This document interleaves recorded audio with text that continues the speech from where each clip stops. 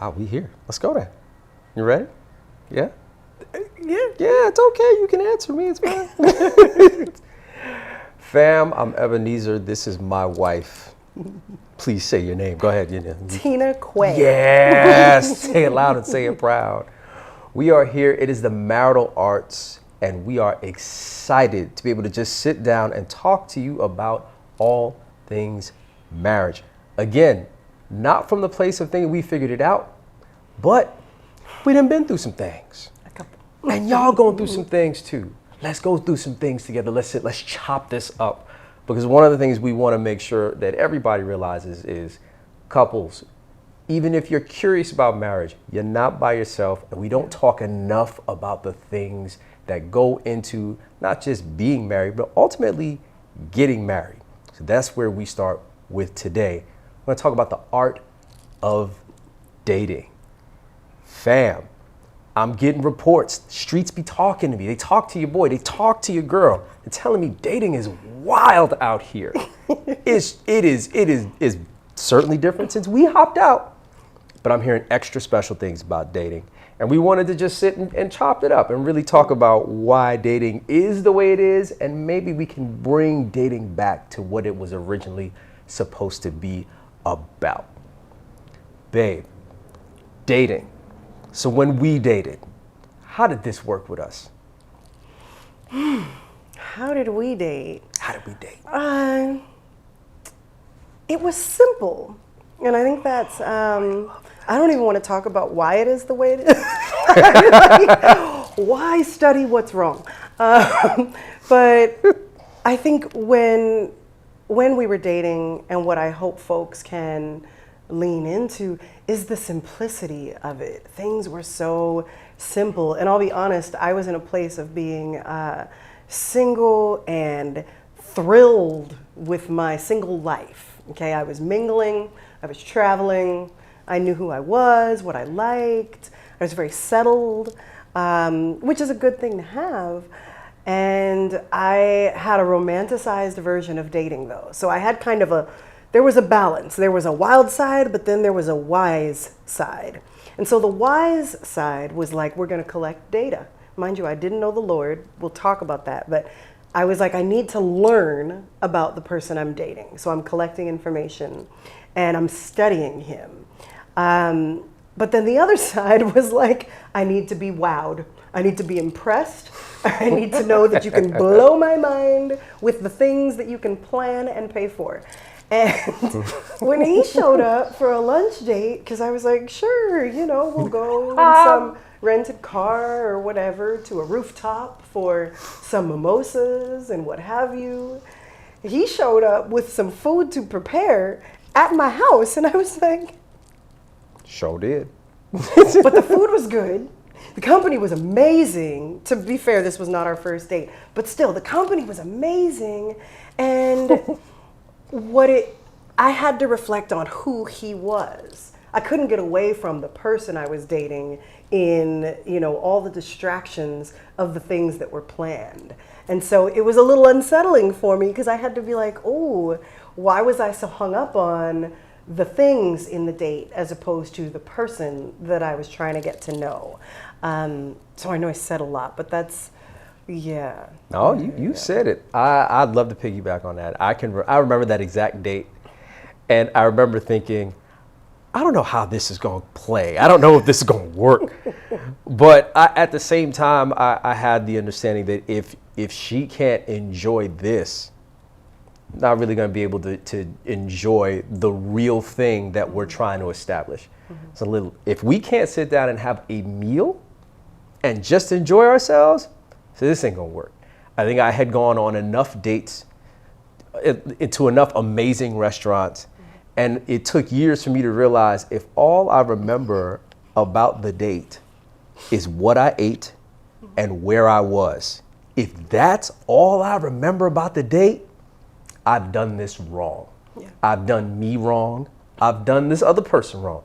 We all done it. We just done it wrong. Yeah. Like the restaurant did not need for us to know, to affirm that their food was good. They knew it was good when they served it. So they're not even getting anything out of this.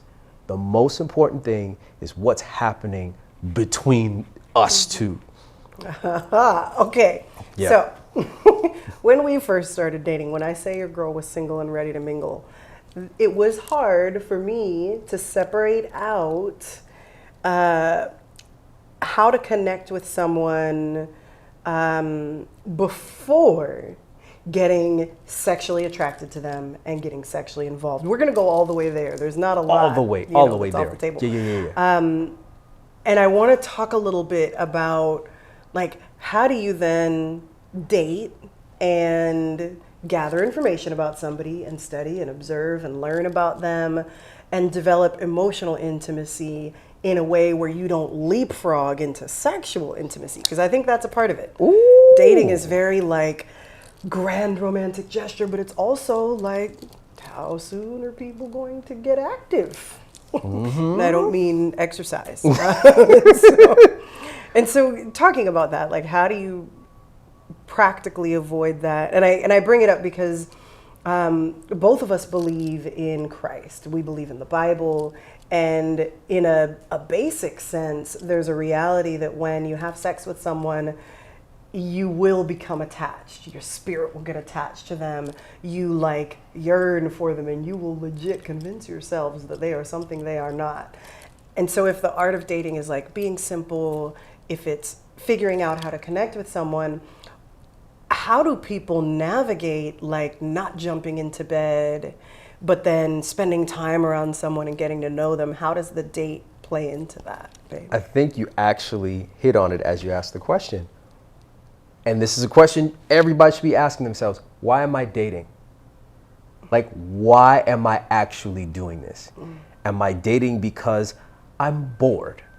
Am I dating because I am actually looking for someone to start a life with? Or am I dating because I don't like being alone and I need to be distracted from being alone with myself, so I need to go find somebody to distract me from me? I'm aggressive. Y'all gonna figure out real quick. Yo, boy is aggressive with these things. Starting right there, why are you dating? And for me, piggybacking off of what you said, back in the day, this is pre-saved Ebenezer. Before I was a pastor, before I knew Jesus, pre-saved Ebenezer was trying to date, and the ultimate end goal of the date was sex. And to be fair, you could be saved and that's still your goal. And that's still yours. I'm just talking about mine. Then I'm giving you the chronological, for me. Those. So with that understanding, if the whole point of the date is sex, it's really hard to not see everything you do as just motivation to get there. So I'm going to wow you with the restaurant, because if I wow you with the restaurant, you're going to be so wowed with the restaurant and be so distracted with the restaurant, or distracted by the car, or distracted by the ambiance. You'll be so distracted by your feeling that we can take that feeling and lead that feeling to doing some different kind of feeling. And that's where the dating thing gets very confusing, because if the objective starts off as sex, you're only going to get but so much out of the experience. But when it becomes, all right, now I'm dating because I am looking for someone I'm looking for someone to do life and life more abundantly with. So now, to what you were saying, I'm taking in data. Does this person fit the mold or criteria of what I can, of who I can do life with? I have a vision of a life. There's a person who I do this life with together. Does this person have the characteristics, have the personality, have the core principles?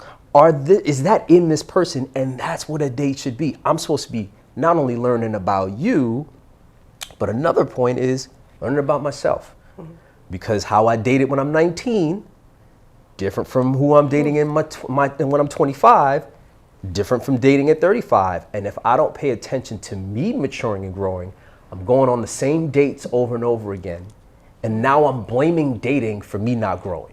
That's interesting, because when you said, like, how am I growing, something that I think happens on dates sometimes is there's this performative quality to it. 100%. All of a sudden, the date is your stage, and you Beyonce, and he's Jay-Z, and we just out here being our best selves.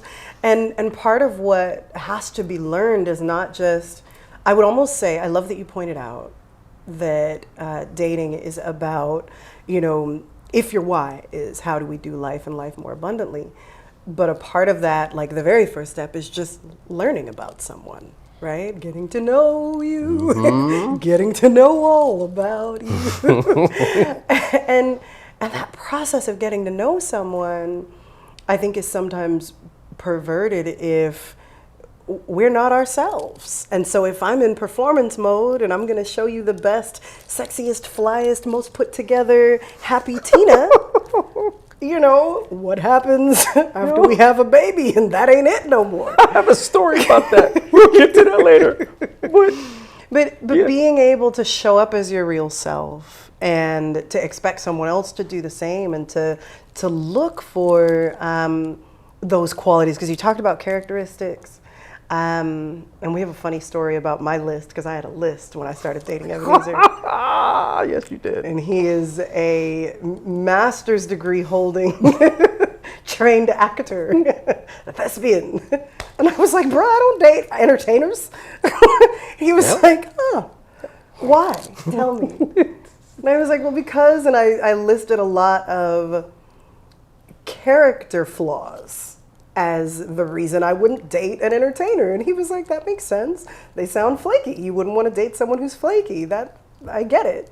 And I realize this is a thing he does. He just lets you talk your way through the lack of wisdom. And so I was like, all right, yeah, I don't want to date flaky. And so what it helped me to realize was that my list was about boxes, labels, things that are more aesthetic as opposed to your quality of character. And so your integrity should be what we're looking for. And it's hard to figure out what someone's integrity is when all you want to do is jump in the sack with them or be impressed by a show they're putting on for you.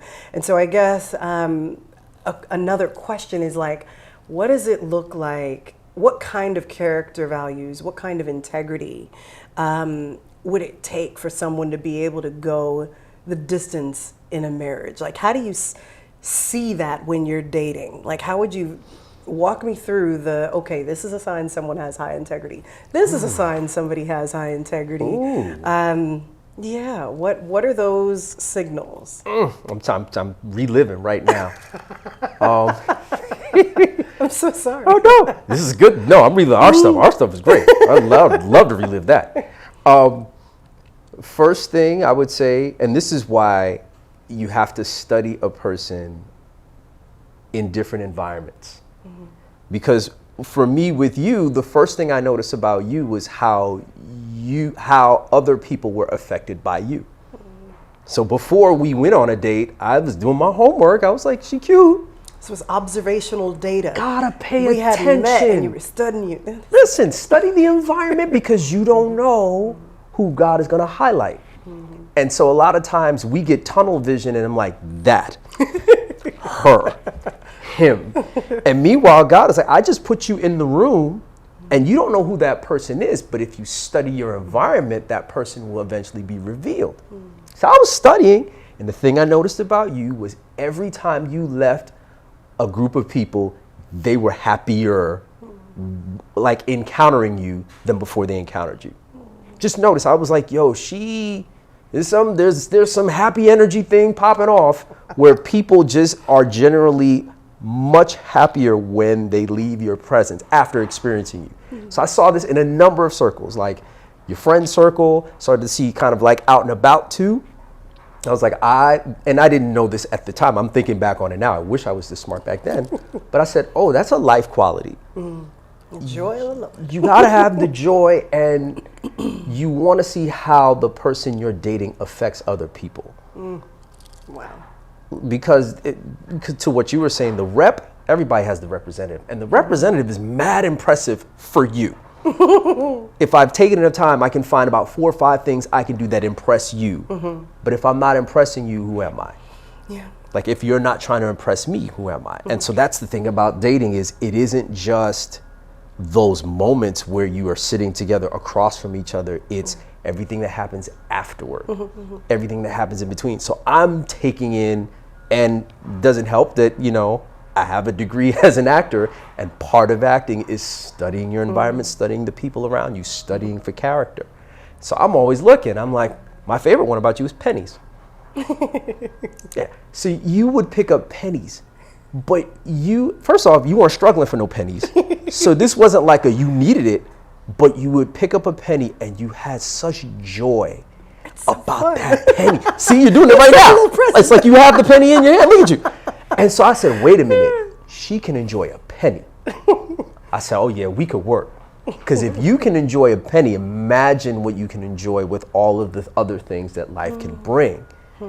And I said, wow, that right there. Yeah, winning. Winning. So it's those things that are outside of the intense gaze and the big splashy romantic. Anybody can appreciate roses, but not everybody can appreciate the process that grew the roses. You appreciate the process that grew the roses. You appreciate the dirt and the planting and the seasons and the mulch and all that other stuff that I've learned from you that I had no idea about. I just go to the store and just get them. You grow them. Things like that, that's what allows dating to be a productive experience. It's not going to just be one date. It's not just in that environment. You had one about my friends that I want you to share.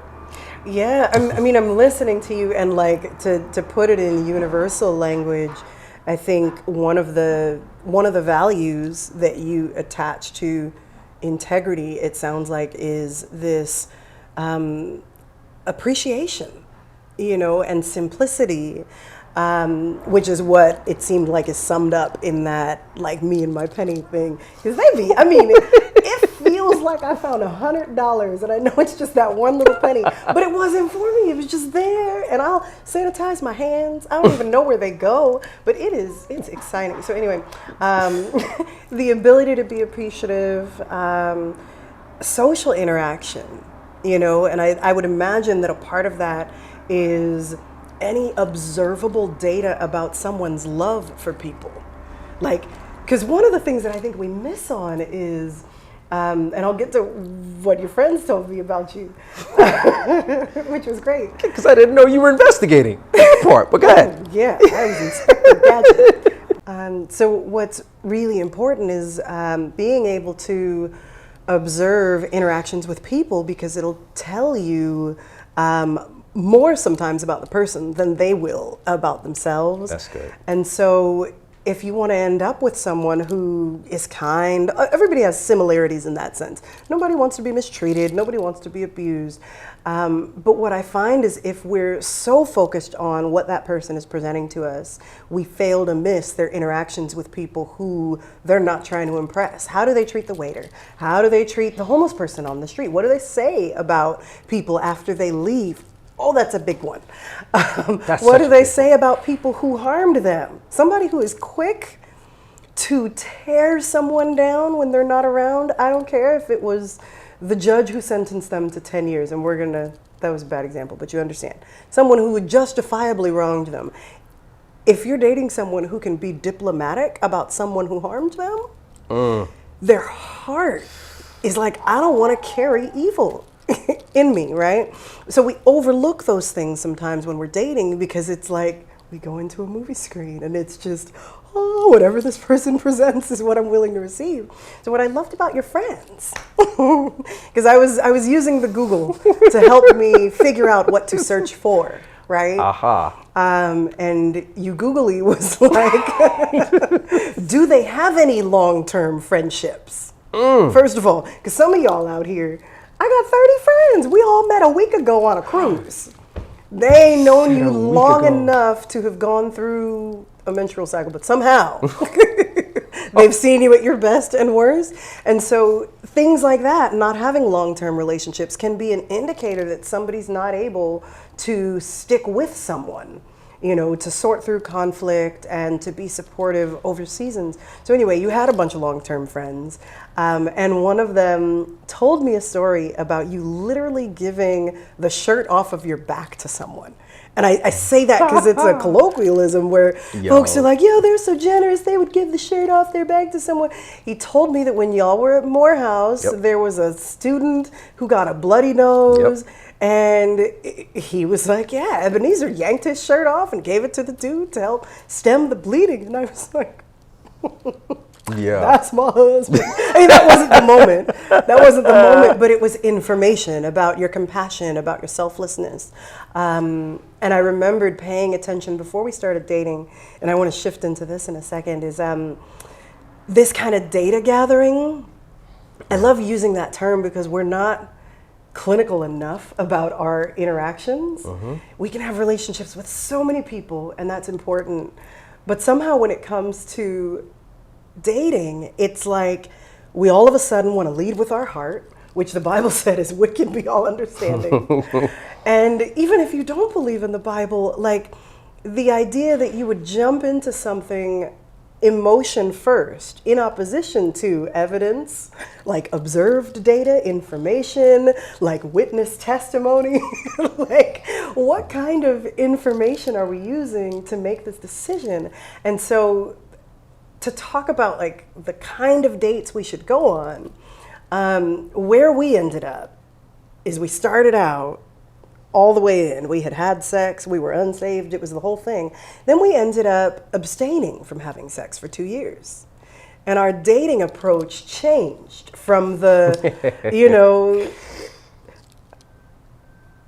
was wilding. It was wild. Yeah, we was wilding. Let's keep it 100. It was the right time. It was wilding. There was lots of alcohol involved. There were lots of people who were like, just the sexy people, the sexy time.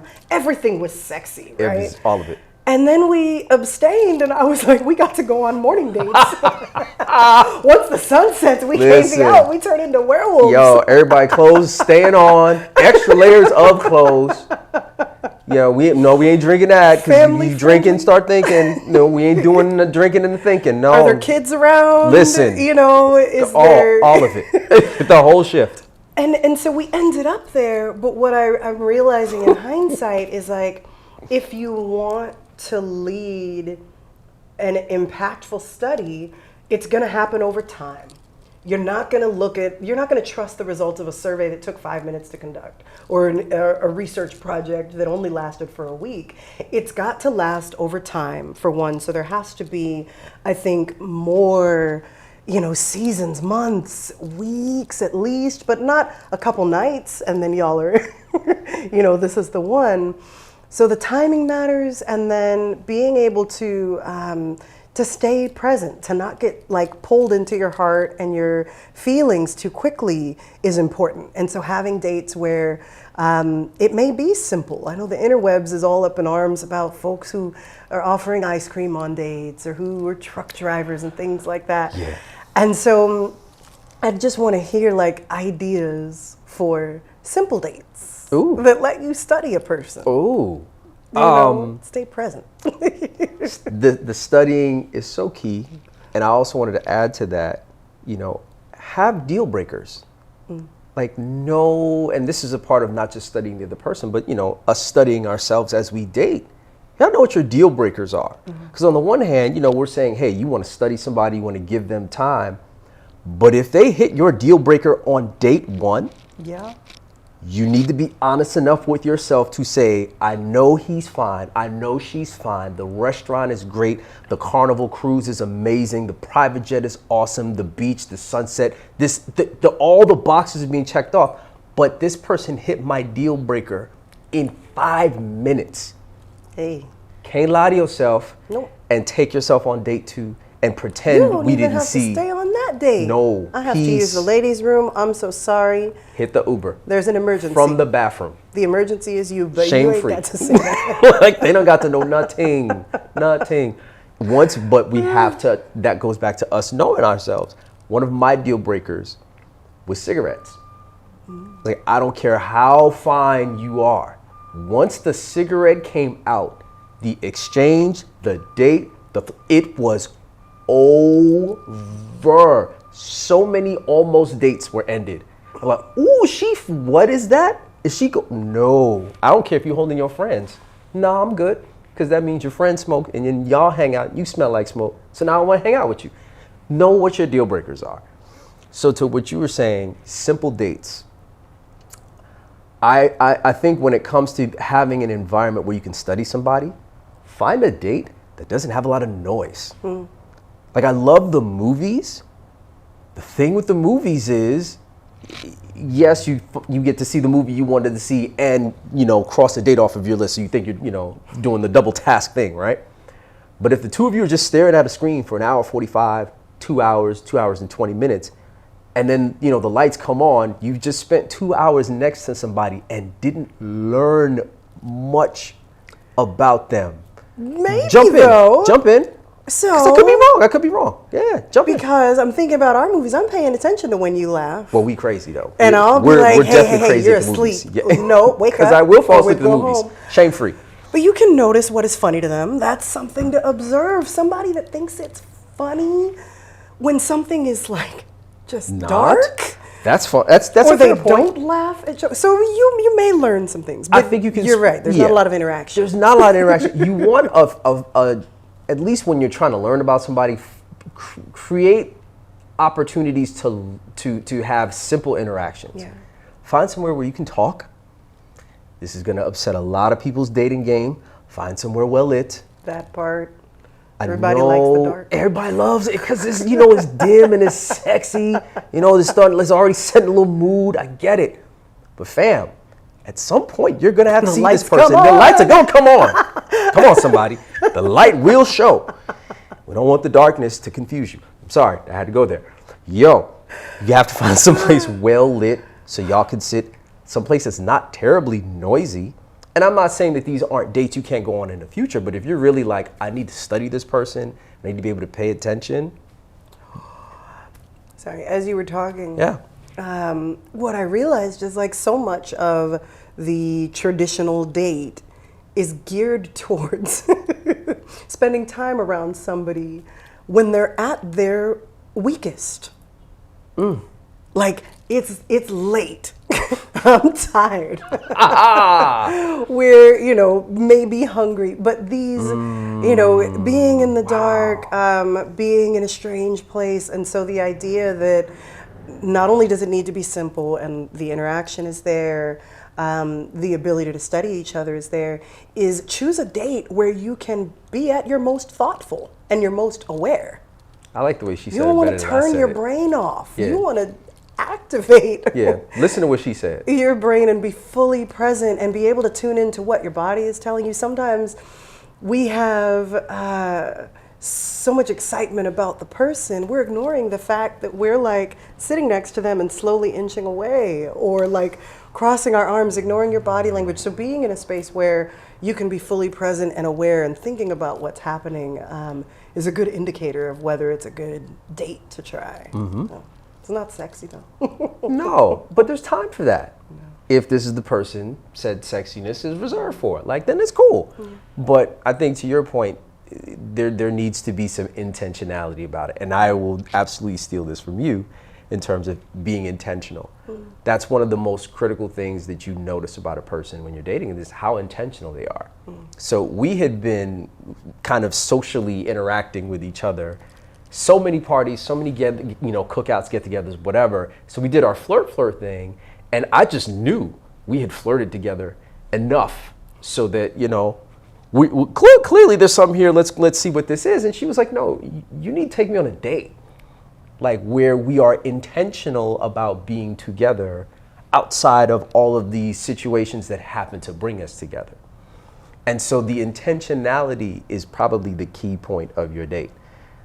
Not just where you're going, but why are you going there? Why that specific space? What is it about that space that allows you to learn something about this other person and yourself? Is it just because is it just the experience? Going back to what I was saying earlier, too many of us are so hung up on the experience of the date that we miss the people involved, which are you and the other person. So that's a huge part of a simple date. Be intentional. If you're picking a place, pick a place because you know that is a place, that this is a time where to where you're saying, I'm at my best, I'm paying the most attention, I'm as aware of myself and the other person as I can be, and I'm taking notes. So at the end of the day, because I'm big on journaling, go home and write stuff down that you remember, assuming you can still remember it. Write it down. What did I learn? What did I learn about me? What did I learn about this person? Perhaps you just realize you had that date and they're great. And you're like, you know what? I used to like chatty people, but I don't like chatty people anymore because I don't talk when I have chatty people. And so now I don't have the chance, whatever this is. What did you learn about the other person? What did you learn about yourself? And that's really the meat and potatoes of being effective in this dating thing. I don't know how long we've been talking, but I don't know. Somebody will tell us to stop. I want to wrap it up on this, where you just kind of led us, which is into introspection and into how you date you. Like, what was the impact? And you at your best. A lot of us don't know. Some folks have never been alone on a date with themselves. And I know that when we started dating, both of us were in, and still are, happy alone. Golden. Good. Give me 5, 10, 20, 30 hours somewhere by myself. What? Oh. And so getting to the place where you're able to spend time alone, but also to explore your interests alone, to enjoy time with yourself. It's less about being perfect or having it all figured out, but I think a big part of having a constructive dating experience, because it should be building something. your information on what not to do, your information on what to do, your life experience, etc. But that starts with, dating and enjoying yourself. And a lot of us don't realize that that's not there as a prerequisite. And then you're with somebody else who probably doesn't enjoy themselves either. And now we just together in lack of joy. Yeah, that part. And not only lack of joy, you're counting on the other person to bring the joy. And now, now you have expectations, and I'm so glad you hit on that. Because, I'm perfectly good by myself in any number of places. It can be a cafe, it can be a beach, it can be the sidewalk, it doesn't matter.